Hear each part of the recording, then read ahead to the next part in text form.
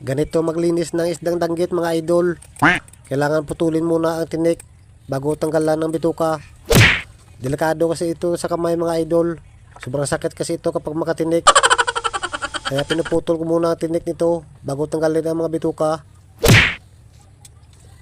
Nangilaw kasi ako kaninang madaling araw mga idol, mga 2 AM. Ito ang nahuli ko, mga danggit.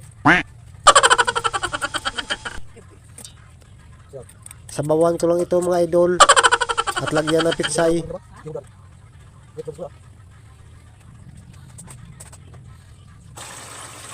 Masarap ito sabawan mga idol. Lalo na't sariwa pa. Kung sa Bisaya, labas pa. Shout out pala sa aking pinsan kay Lunito Malayas Oquindo ng Santander, Buruanga, Aklan. Shout out din sa lahat ng mga followers ko at sa lahat ng mga viewers ko. Salamat sa inyong suporta mga idol. Hanggang dito na lang muna mga idol.